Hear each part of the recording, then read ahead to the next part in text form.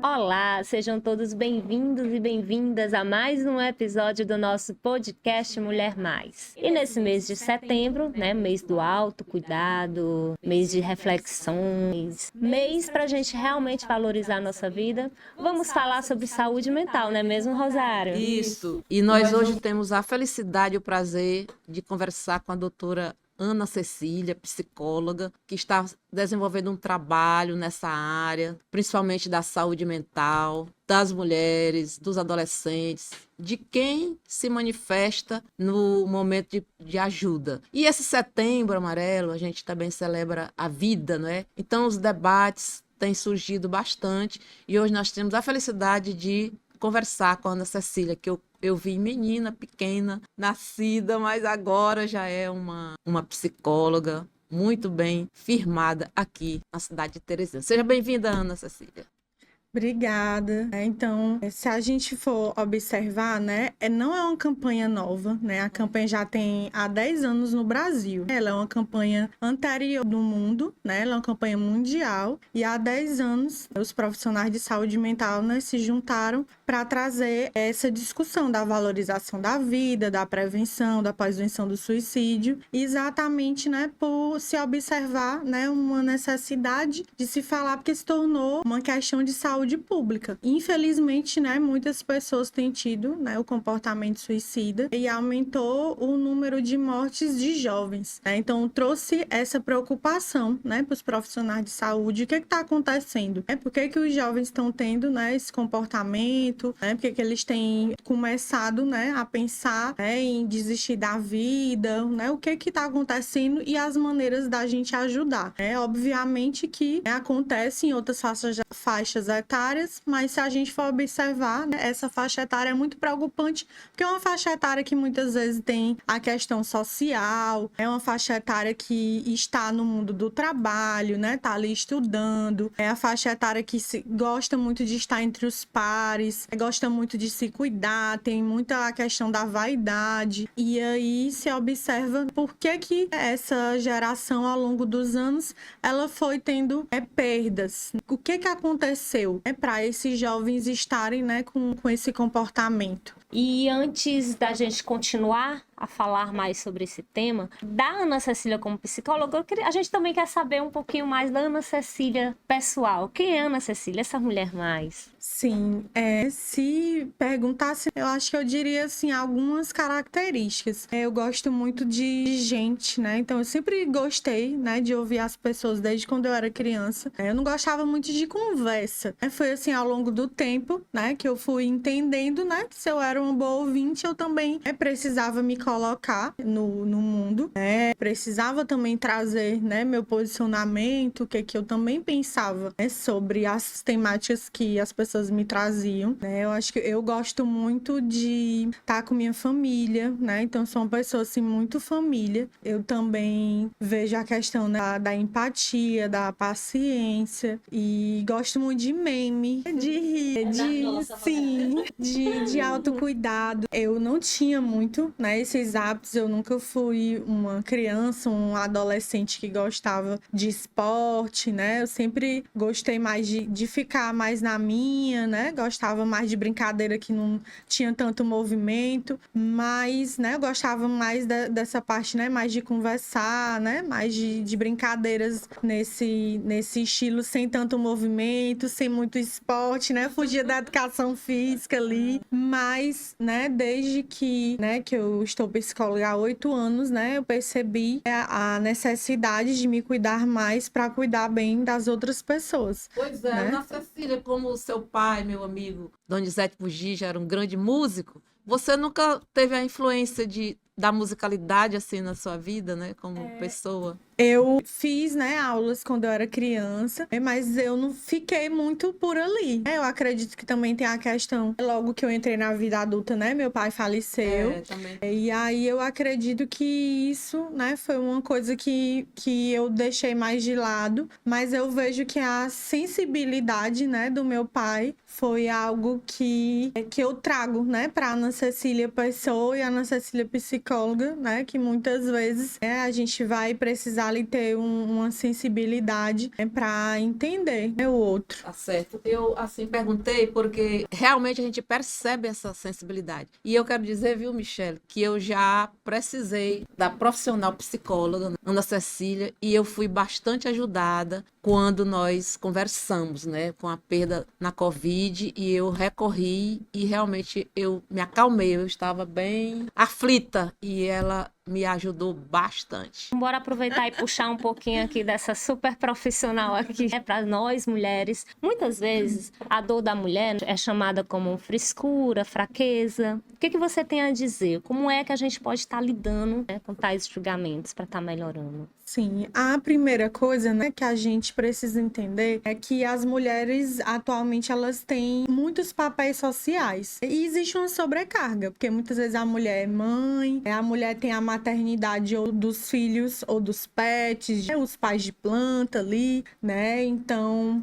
também o estudo, o trabalho, né, o desenvolvimento da carreira, né? Então tem muita pressão social sobre isso, né, de um padrão estético, né, que muitas vezes as mulheres acabam fazendo de tudo, né, para entrar ali no padrão, né, procedimentos estéticos. Não que a gente não possa, né, melhorar, não que a gente não deva se cuidar, não que a gente sempre está satisfeito com o nosso corpo, mas é pensar no exagero e na questão exacerbada que se tem atualmente, né? É uma pressão estética, não é algo que eu quero arrumar, algo que eu tô ali insatisfeita. Existe essa pressão. É a questão também da comparação, né? Nas redes sociais, é a pressão pela mãe perfeita. Então, isso impacta muito para que a saúde mental, muitas vezes, das mulheres se desgaste mais. Além dessa sobrecarga que existe, as mulheres muitas vezes são cuidadoras. Pode-se ver no Brasil as profissões de cuidado, as profissões da saúde, são muitas vezes tidas por mulheres, né? Enfermeira, Sim. babá, professoras do ensino primário, a maioria mães solo são mulheres, né? E você acha que as mulheres têm dificuldade de pedir ajuda? O que poderia estar mudando? Ajudar, na verdade, para mudar esse cenário. Sim. O que eu percebo é que existe uma dificuldade em relação a normalizar. Muitas vezes é normalizado. Ah, mas isso daí é a vida das mulheres, é a vida da mulher moderna. É como se só fosse vamos só aceitar. Existe coisas que a gente pode fazer para mudar a realidade. A busca de ajuda, né? A rede de apoio. É perguntar para essa mulher, e aí, como é que eu posso te ajudar? Não esperar só que nós mulheres a gente traga. Eu quero ser ajudada da maneira tal. Às vezes, por conta da sobrecarga e por conta dessa normalização, muitas vezes a gente acaba não trazendo a maneira de que a gente quer ajudar, qual o tipo de ajuda. Tá certo. E você que está nos ouvindo, já teve essa dificuldade? Você tá com essa sobrecarga? Comenta aí, deixa seu link, curta aí nosso canal Portal Piauí Hoje, tá? No nosso YouTube, mas curte também lá a nossa página do Instagram.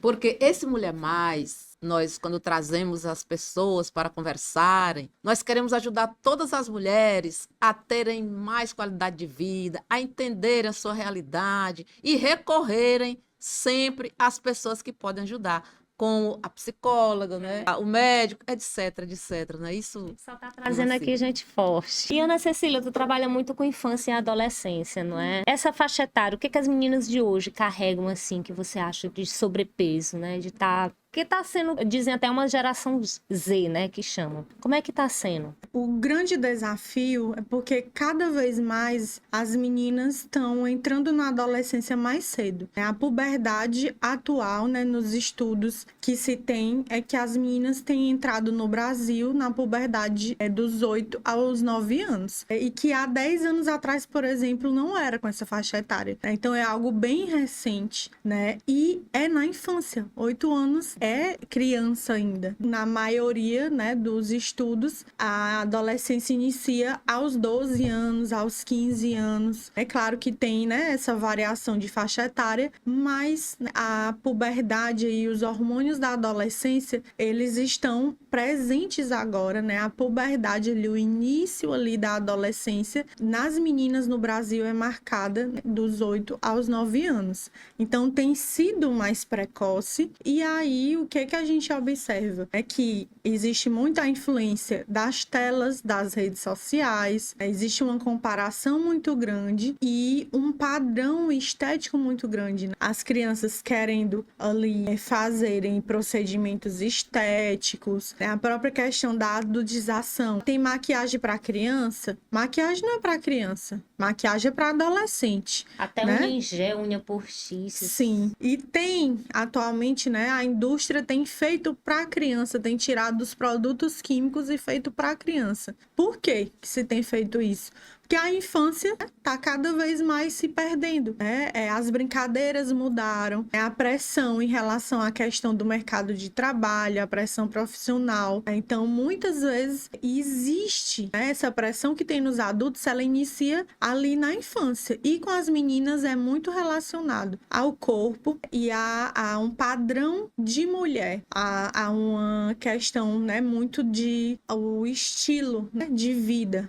Essa criança ela pode, é só uma brincadeira ali. Até os brinquedos na infância, eles mudaram, né? As bonecas são muito diferentes, as bonecas vêm maquiadas, né? Tem também tido muita maquiagem, né, para criança. E aí a gente tem que, como adultos, observar cada faixa etária, cada idade, e mesmo que a indústria tenha, né, essa possibilidade, né, faça essa venda, a gente tem que observar que o mercado vai fazer isso, é tentador. Uma brincadeira ali, é claro que se for um pente de plástico, né, claro que as crianças vão imitar o comportamento do adulto. Mas por quê? Que a criança com 5 anos de idade, eu tenho que dar para ela no presente de aniversário um kit de maquiagem para a criança, um kit de esmalte para a criança. Sendo que existem outros brinquedos que podem desenvolver mais o cognitivo, que podem imitar o social, que podem ajudar elas a expressarem as emoções e a realidade que elas estão vivenciando. Pois é. Hoje você observa que já existe um movimento contrário ao uso de telas com as crianças, né? De vez em quando tem, olha, você brinca com seu filho, seu neto, mostra as brincadeiras, né, mais saudáveis e que desenvolve o cognitivo. Ana Cecília, na sua experiência profissional, você tem atendido mais mulheres, mais meninos? Você tem mais ou menos esses dados, assim? Sim, e também, se for ver, né, a psicologia é uma profissão no Brasil majoritariamente de mulheres, e a procura dos homens aumentou ao longo dos anos, sim. A gente tem percebido, né, os pais também na sala de espera, né, a gente tem percebido bastante.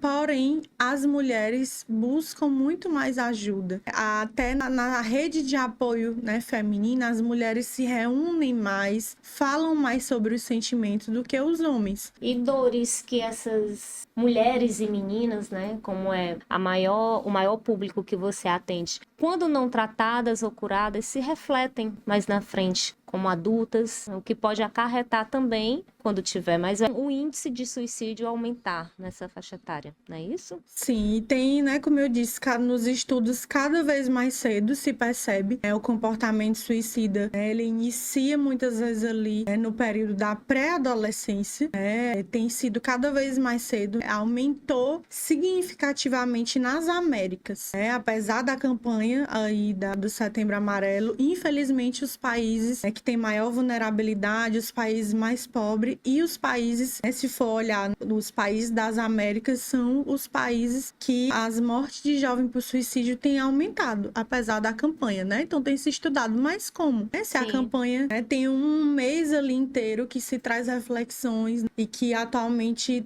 tem as redes sociais, né? Tem mais canais de ajuda, tem mais profissionais da saúde mental, tem mais estudos, mais técnicas especializadas para ajudar, e como que aumentou. E aí se tem estudado, né, que motivações tem acontecido para isso, e aí muitas vezes se observa, né? A questão da cultura tem influenciado muito, né? Uma cultura de muita pressão social, de muita rigidez, e também há uma falta de acesso, né? Não é muito acessível ali na questão do particular, né? Então falta também profissionais no serviço público para abarcar, né, a questão social, né? Porque até como você falou, é uma questão de saúde pública. Então, deveria ter mais atendimento, mais hospitais que pudessem atender as pessoas. Esse é um fator real, não é? Há um problema de saúde pública e que precisa a política de saúde atentar para isso, né? E Ana Cecília, às vezes as pessoas não têm ao certo, né, como saber se está entrando em uma depressão, se está tendo uma crise de ansiedade. Como é que ela deve lidar com isso? Como é que ela deve,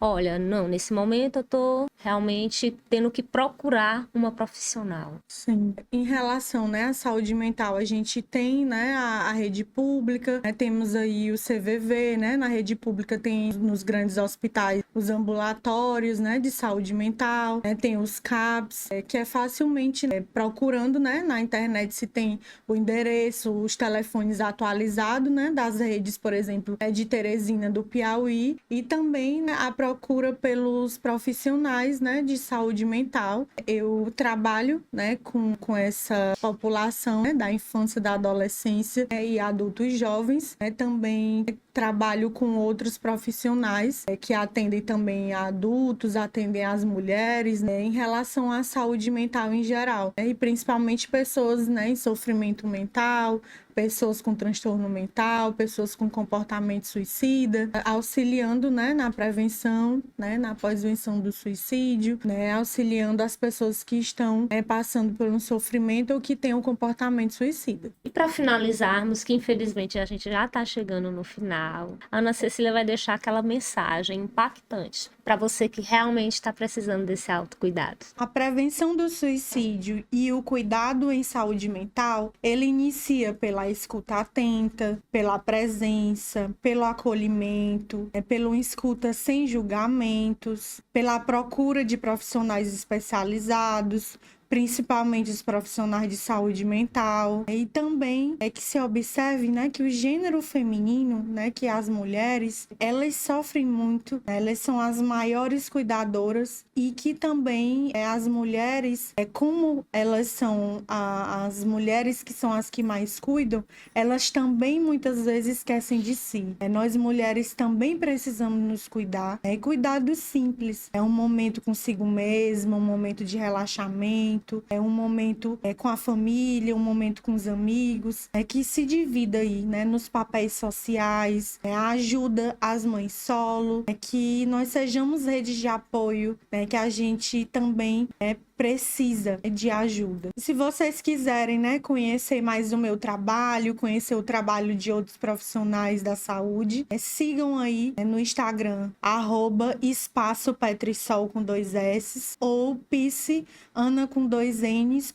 Cecília. É isso, gente. Muito obrigada e foi ótimo estar aqui. Obrigada, Rosário, Michele. Obrigada às pessoas que estavam aqui com a gente, né, nos assistindo. E é isso, gente. Hoje nós estamos felizes porque recebemos a Ana Cecília, que nos esclareceu com muitos dados, com muita reflexão, como é importante a gente cuidar da nossa vida, da nossa mente, não é? E procurar ajuda dos profissionais. Muito obrigada, Ana Cecília, pela sua participação, pelos seus ensinamentos, por tudo que você falou hoje, que é muito importante, principalmente para nós mulheres, que somos a maioria da população e que sobre nós tem a maior carga de cuidar, de se preocupar, como ela bem falou, dos filhos, do avô, da mãe, do marido, etc, etc. Muito obrigada pelas suas colocações aqui hoje no Mulher Mais. Obrigada, Ana Cecília, por esse bate-papo maravilhoso e super acolhedor, porque saúde mental precisa ser visto como realmente um carinho, um cuidado, e não como um luxo. E para vocês,